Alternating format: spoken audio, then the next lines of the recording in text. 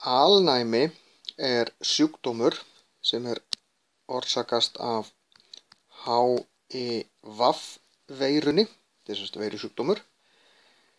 Þetta öfugt afritandi retróveira sem þýðir að hún með RNA sem erfðaefni en ekki DNA og það breytist mjög ört.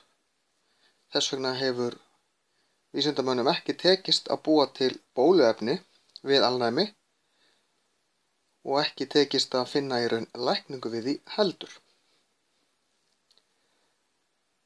HIV-veiran, hún smitast með blóðgjöf, hún getur myndast við samfarir, smitast segi ég við samfarir, og hún getur líka smitast á milli við, ef maður með opið sár og snertir við blóðsmit, ef maður snertir blóð hjá einhverjum öðrum sem þá HIV jákvæður. Maður getur verið HIV jákvæður með veiruna í sér í mörg ár án þess að taka eftir því, án þess að verða í raun lasinn. Sjúkdómurinn alnæmi síðan lokastig þegar maður orðinn veikur. Það sem HIV gerir að það eyðileggur eða gerir ónæmiskerfi líkamans ónýtt. Þannig að það eru margir sem hafa dáið úr alnæmi, en þeir í raun dóu ekki úr alnæminu sjálf, heldur dóu úr lungnabólgu eða einhverju sjúkdómi sem alla jafna ekki hættulegir, en af því að ónæmiskerfið ónýtt, að þá engin vörn eftir. Og þess vegna þetta stór hættulegt.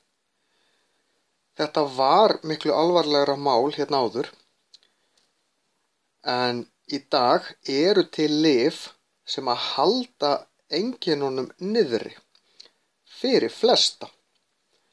Það samt þannig að menn verða mjög veikir af lyfjagjöfinni til þess að byrja með. Og þetta eru mjög dýr lyf og það getur tekið marga mánuði að finna rétta lyfja samsetningu fyrir hvern og einn og menn geta verið mjög veikir á meðan. Þannig að þó svo þetta sé ekki eins hættulegt og það var, þá það ennþá stór mál að greinast HIV jákvæður.